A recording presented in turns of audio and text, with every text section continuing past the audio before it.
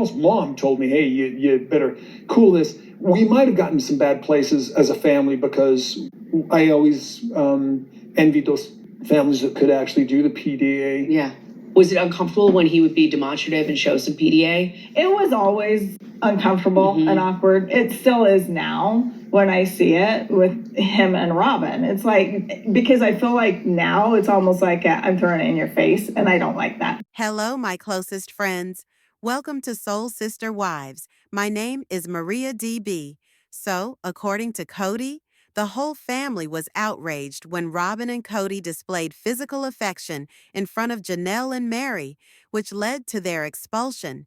This got me thinking, there must have been a time when they were all together, where they would have been in the same room, and it would have caused problems for everyone in the family. And my initial impression was, oh, was Kody getting frisky with Miss Robyn at the funeral of his son Garrison? He did, in fact, have his hand on her leg, and it was a little strange to see him doing that. Okay, but there was a discussion regarding personal digital assistants here. In addition, during the course of my time with this family, I've realized that none of these ladies, including Kody, are capable of handling personal space. At the very least, the ladies were unable to do so because in the event that they were in a precarious situation with Kody, they did not wish to witness him engaging in sexual activity or being intimate with another woman in front of them. And while all of this was being talked, I couldn't help but think, Suki, why don't you ask them that? If you are in a marriage that is based on consent and everyone wants to live this way, why are you unable to deal with the fact that another woman is getting a kiss from her husband if you are aware that it is also their husband? Is it simply due to the fact that you disapprove of being there and that you are in such a sorry state of mind? No, I am not sure. On the other hand, in a world where you are supposed to be, and this is the reason why I have been saying this from the beginning, these marriages were not consensual because this is not a system of polygamy that is based on agreement. Coercion is the foundation of it. It is founded on the idea that in order for a woman to enter heaven, she must marry a guy who already has 1,000,000 wives, and that she is supposed to just stick to being the receptacle of babies that she brings down from heaven, the spirit babies, and then to establish his kingdom when his kingdom has been built. Additionally, she is not there for anything else than that specifically. Because of this, in the end, the women have to come to terms with the fact that this is their role, despite the fact that it is unjust, intimidating, and manipulative. Afterwards, they are frequently arranged to marry another person. In addition, Kody has almost admitted that he had the impression that the marriage between him and Christine was essentially an arranged marriage. On his end, there is no attraction. When it comes to polygamy, this is something that occurs rather frequently.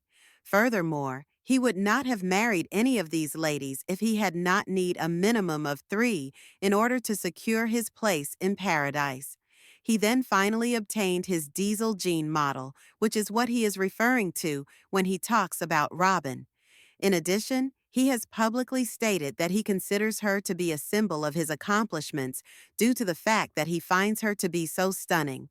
On the other hand, the fact that the ladies were already in such a precarious situation with him before Robyn came along, and then they went on a show to advocate polygamy, is just a symptom of the larger problem that exists with the premise of this entire show. They presented a tale to TLC that was founded on a lie from the very beginning of the process. The first day, mostly due to the fact that Mary was contemplating leaving Kody immediately before the episode was scheduled to run. When Robyn was introduced into the family in 2008 and 2009, she and Kody were on the edge of breaking up. This occurred at the same time that Robyn was in the family. Her departure was a possibility. They were required to meet with a counselor. Additionally, Janelle had previously left Kody for a period of 5 years, and she did not return to Kody until the year 2006. Following her return, their relationship continued to be a mess long after she had left. Furthermore, Christine stated that their marriage was already in a state of disarray prior to the arrival of Robyn. When they went on a show to claim that they were happy and that this is what you should do, and that this is polygamy and that this is the best, all of the women were, in a sense, dissatisfied with Kody. Technically speaking, this is the case, and I think that I wish that there could be an interview with at least one person who is hard-hitting, and maybe we'll get this when Christine actually writes her book, which is going to be released in a couple of months, where they talk about the lies, all of the lies that we've been told, and all of the misery that they went through. As of right now, we are never going to know the full story because we are operating on the assumption that sister wives are involved. Since even at this very moment, the women are being careful about what they say, since they are appearing on a show with a man who has physically and emotionally tortured them, as well as his wife, who has financially ruined them. Furthermore, unless they are able to move away from Kody and have a platform where he does not have the ability to say whatever he wants and lie, and they do not have a contract with TLC, and they are concerned about whether or not it is going to harm the show, there will not be complete transparency.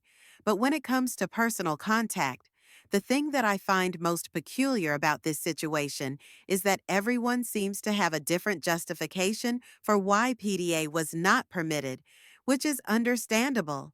However, when it comes to Christine and David's relationship, it is evident that they kissed quite a bit.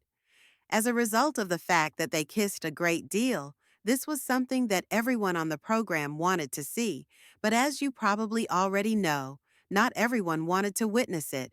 It was something that the children did not want to see, and it can appear strange to the children if they did not grow up witnessing their parents showing affection to one another. And it appears like Mary is still bothered by the concept of Kody and Robyn even kissing today, as she has said that she feels as though they are still trying to shove it in her face. Because I feel like now it's almost like I'm throwing it in your face, and I don't like that. Don't throw it in my face. Just be you. Love her the best that you can. Don't be a jerk to me about it. It was family rules or family culture that was already there before I came along. It was like no, affection, and no sweet talk, and no sweet looks across the room. It just was it was really weird. My curiosity is piqued as to when Mary would have witnessed them hurling it in her face. You just don't know when something like this might have taken place. I mean, with the exception of what we've seen on the show, in which Mary had been to their house for Christmas and then informed them that she was moving. They were not particularly intimate with one another at all. It is only through the images taken at Garrison's burial that I have witnessed the two of them making physical contact with one another. On top of that, I have no idea whether or not Mary has seen Kody and Robyn outside of that. Absolutely, I have no idea. What does it indicate that Mary is still upset about her divorce? That she is still experiencing a level of annoyance or resentment towards them if she believes that they are doing it to throw it in her face for the purpose of doing it? I mean, and if you don't want to view it, that is perfectly acceptable without any problems. If, on the other hand, you made the decision to leave, then, in my opinion, you are essentially making the decision to walk away, right? What does it mean for Kody and Robyn to be together and show affection for one another? If they are married, they are permitted to do that, right? Regarding that particular aspect, I am not able to comprehend Mary's frustration in that regard. On the other hand, there is a very large family dynamic that has existed between Kody and Mary for the past 30 years, and to be honest, I have no idea.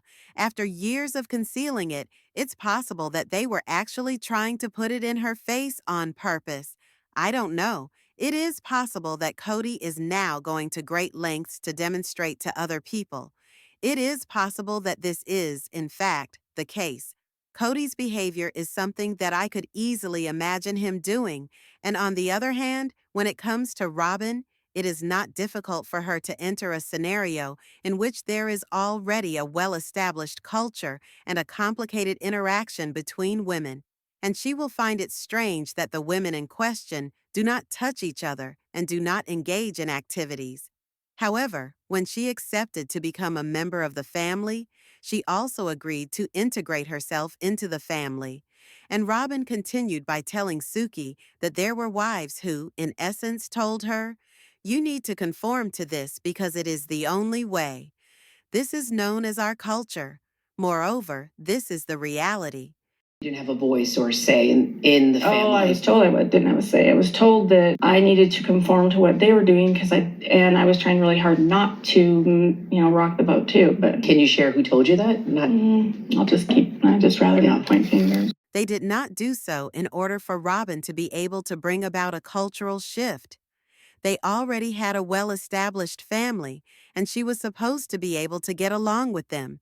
Therefore, it was necessary for her to make concessions. Moreover, Robyn does not possess any additional rights in this universe compared to any other woman, regardless of her gender. Coming into contact with that family, she was well aware that she did not possess any rights.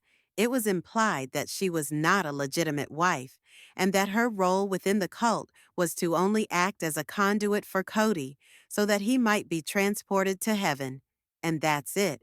As a result, her rocking the boat, perhaps that altered the dynamics, her unwillingness to accept it, and her desire to have more control are all factors that I believe contribute significantly to the dynamics of this situation. On the other hand, Robyn, I don't see why you would blame the other women when this is exactly what you agreed to do. From what I can see, you were not interested in this at all. It is not true. That is the stance I take. In addition, I will state that Robyn did not come in and follow the rules in any way. She was the one who broke the rules from the very beginning. She was the one who kept secrets from everyone. She was the one who did things that were sneaky and underhanded. She was the one who demanded time with Kody that she didn't necessarily have the right to have. She got a fourth day when they weren't even married, and she had him visit her on the weekends, and she took time away from the rest of the family. I just wanted to let you know that she made a lot of adjustments right off the beginning, and she attempted to force the family to accept her. I don't think that's the case. In this situation, she is the victim. The last time Robyn and I showed PDA with the family, we got kicked out. You got kicked out? I'm not going there. Okay. Yeah, they with us bad. And boy, it cost me dearly. Explain. I don't even know what you're talking about. It's a story that just cannot be told. Oh. Yeah. It's just there's something so vitally detrimental to your life, you're just not going to talk about it. Is it recent or is it? Let's just not talk. My perspective on this matter is that Kody is a narcissist, and he has a propensity to deflect attention away from himself. Join me in this endeavor. We are aware of the fact that he recently stated that the last time Robyn and I had public displays of affection in front of the family, we were expelled. All right. The funeral was the final time that they all saw each other before they parted ways. There was a funeral for Garrison, which was the last time that they were all together as a family. In addition to the funeral, there will also be a memorial service held in Las Vegas commemorating his position in the National Guard. It was at the memorial service or the funeral for the National Guard that Kody put his arm around her with his shoulder. His leg was on her at the time. It appeared as though he was concentrating on Robyn. In addition, Garrison Kody did not show any affection towards his children under any circumstances, not even during the funeral service where he was laid to rest. Neither did he make any attempt to hug them or reach out to them in any other way. Instead, he maintained a strong relationship with Robyn. Even when Kody's son Logan attempted to assist him in removing the urn from the grave where he had placed it, Kody essentially pushed him away from the grave. I am not going to reveal any of the content that occurred on that day, but it was quite evident that Kody did not want to interact with the family in any way. and McKeely had conversations in which she stated that the manner in which Kody and Robyn behaved during the funeral and the proceeding did not correspond with what they believed they ought to be doing. She also stated that things had occurred that had caused people to become upset, and that children were very angry with him and distant from him as a result of what had occurred at the funeral. If this is the case, then the last time he displayed physical affection in front of Robyn would have been at the burial or one of the memorial services for me. This would have been an unsuitable moment for Kody to display any kind of PDA, and it would have also been an inappropriate location for Robyn to be. As a result, what I believe could have occurred in this situation is that we are aware that they arrived, but they were instructed not to record, and we are also aware that they did not display the footage from the events that took place at the Nevada National Guard, thank God, but they did show the events that took place in Wyoming. Additionally, we are aware that Kody and Robyn were advised not to come, but they still turned up, right? It would be more convenient for Kody to simply claim, "The reason why they're mad is because I showed PDA to Robyn and they kicked us out of the family." This would apply even if the location in question already had a policy against his presence. But perhaps the truth is that if you are willing to listen to me on this, showing up at all, being with Robyn at all, and Robyn being there at all, and then behaving the way that they did and acting the way that they acted, and not taking accountability, not taking responsibility, and really not doing anything other than turning Garrison's death into an episode for a show. Is that correct? Either he talks the talk but doesn't walk the walk, or he talks the talk but actually doesn't walk the walk. His actions do not demonstrate that he is genuinely concerned about his children. He does not demonstrate any signs of concern regarding what took place. At this moment, he is merely transforming it into content for the broadcast. In addition, the siblings were certain that they did not want to have that happen to them. And once more, Garrison's feelings towards Robyn were the reason he did not want Robyn to be present. A further reason why Garrison would not have wanted his father to be there is because of the sentiments he has for Kody. Nevertheless, at least for some of the children, Kody was permitted to remain there despite their preferences. This was due to the fact that Kody is the father of the children. Therefore, rather than taking responsibility for what he did by not honoring the boundaries, right, or respecting the intentions of the guy who had died away, he disobeyed those requests by bringing his wife, even though he was well aware that this would result in a problem. But Kody turns it into the following. "Well, they kicked me out of the family because Robyn and I showed affection, and it's so traumatic that I can't even talk about it. You brought it up, Kody, so credit to you." What he said was, the very last time, there was no way that Kody and Robyn had been engaging in public displays of affection in front of everyone for some years. The phrase "last time" suggests that you have not seen them in a while. The last time you were in their presence, you stated that you were expelled from the family. We are aware that some of the children stated that there would be nothing that Kody could do to repair the relationships with his children after Garrison's death, as Kody and Robyn had acted in such a manner during the process and at the funeral that the bonds were permanently broken, rendering any possibility of reconciliation impossible, taking into account their actions. On the other hand, he does not intend to make it about the manner in which they behave, so instead, he is making it about, well, the family couldn't handle the fact that I was there with Robyn, and the family couldn't handle the fact that I have a wife, and we were just being a loving couple, and they just got so angry because they are so jealous over us. Simply put, they want to be just like us. To put it another way, Kody went so far as to claim that Christine is still envious of Robyn at this point in the story. That is not the case. The comparison between Christine's life and Robyn's continues. That is not the case.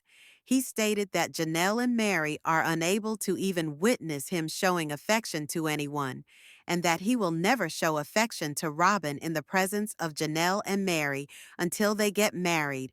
What in the name of all that is holy means that?